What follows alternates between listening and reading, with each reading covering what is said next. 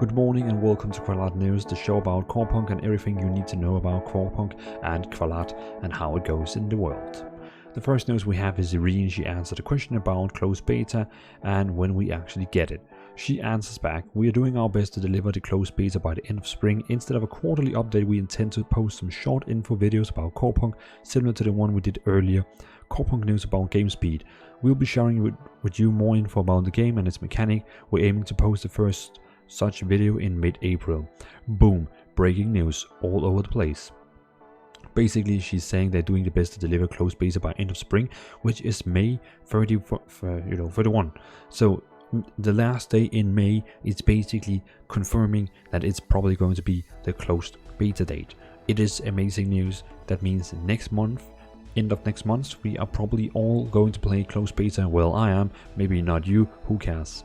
Well, she also said another thing that is really important for us all to know is that they are saying they are not going to do a quarterly update, but instead they're going to do small videos talking about the mechanics of the game, which is really cool, and I look forward for that. Really cool. Thank you for that, Irene.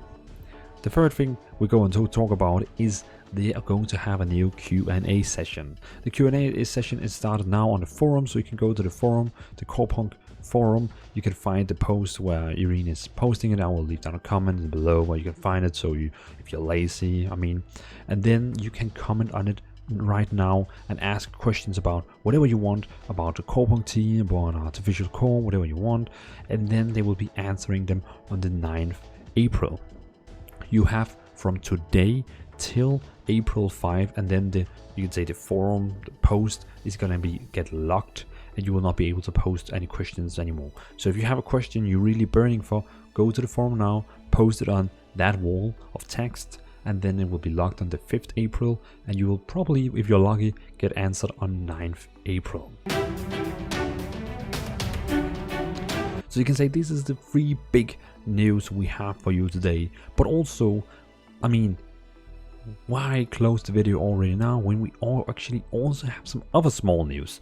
So Irene, the community manager of Artificial Core, basically also the Corepunk team, answered some more questions on different forums. Like the Corepunk forum, but she answered different questions. For example, we have another one here where the question to her was, do you guys think there will be weekly resets and logout after you kill a boss in the raid content? WoW, for example, does this, even though you pay $10 or $15 every month. I think weekly resets resulting in looting logouts for the rest of the week really ruin the fun and grind. So Irene is answering back, hello Irene. We don't think that a weekly reset system kills the fun. This system is needed to limit endless boss farming in dungeons, and you'll be able to grind in other places.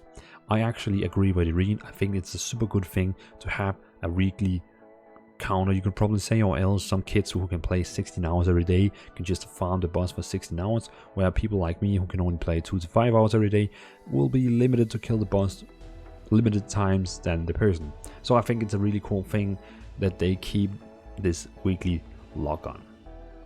Then we have another question here from another person. I think it's called the guy's called Signer, and the guy we had before was called Coldorian, I think it is. But Signer here is saying, in some MMORPGs you have stats which basically measure your all gear power level based on stat and level. Essentially you'll have higher score good gear, lower score bad gear. And then Irene is answering back, hello. We plan to have a gear quality and gear score system that will calculate gear power, so gear power won't be based just on gear's level.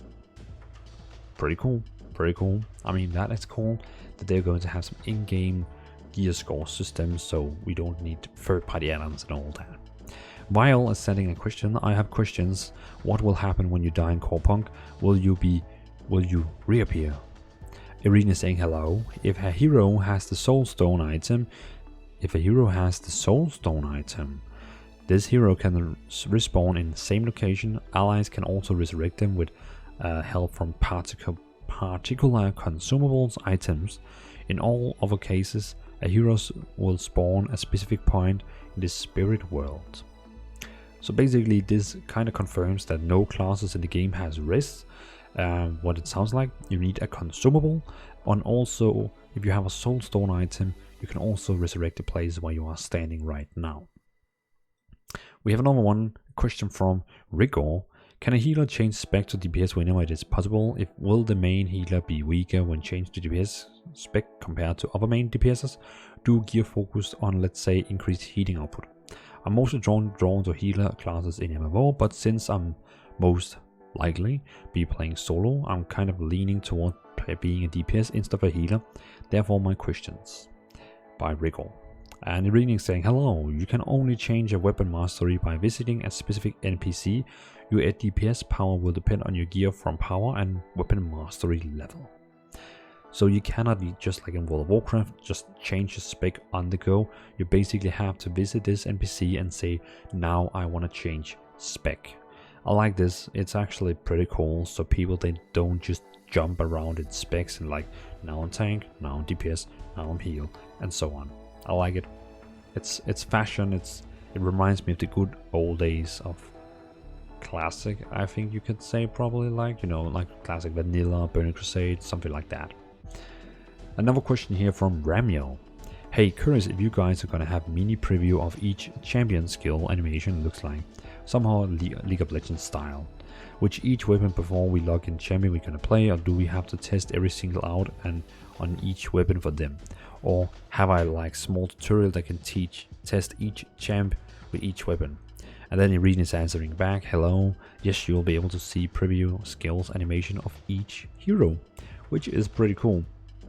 That is a thing that many games could basically, you know, use. The next question is from Cerimus. It's a long question, but you can either pause the video and basically read it yourself. But I'm just gonna like read up the answer, which is the sniper. Well, one of the mercenaries specs they call the sniper, where he basically asks a question if you have to press W all the time when shooting, and Irene is saying yes, you'll need to press W every time between every use of the Q and E ability. So you need to reload all the time. So yeah, and that's kind of also confirmed already, you could say, but that's how you understand it. The next question is from Sidorel. He is basically asking if he can play solo in Corepunk, because in Albion Online he's used to get ganked by, you can say, groups, and so he wanted to hear if he has any chance as a solo player to kill groups. And Irene is basically saying, if a group of 4 players with level equals to yours attack, you probably won't have a chance to withstand them in face-to-face encounters. Depending on your personal skill level, you may survive and flee. You won't lose all your gear since we don't have full loot, and there is also karma system that protects you from being attacked by higher level players. So basically you can say, yes, it doesn't matter if it doesn't matter if a big group attacks you and gank you, because they don't get your gear. So in Albion they will get your gear, and that's a fair point why people is ganking, but in Corepunk you don't get really big things for ganking like this, so it will not be appealing for people to do this. So don't worry about this. I'm sure it will be working fine, since people, they don't get the biggest out of it unless they just get more karma and probably some PvP points and so on. But no, you cannot solo 1 versus 4 people, as Irene is saying, and I think that is pretty fair. The last question is from Mr. Rakas.